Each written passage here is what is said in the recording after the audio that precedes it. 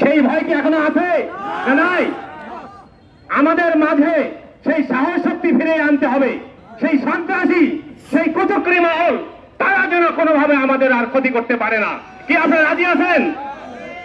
আপনারা আমাদের যে সামনে জন্মাষ্টমী আছে, আপনারা আলোচনা করছেন যে আমরা জন্মাষ্টমী পালন করতে পারবো কিনা, আমরা দুর্গাপূজা পালন করতে পারবো কিনা।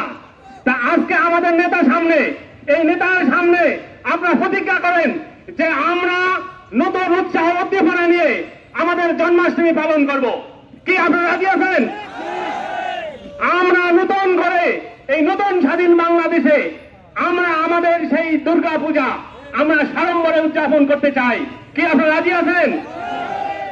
পাশাপাশি আপনারা এলাকায় এলাকায়, গ্রামে গঞ্জে, পাড়ায় পাড়ায় আপনাদের যে যুবকেরা সাহসী পদক্ষেপ নিয়ে রাত জেগে পাহারা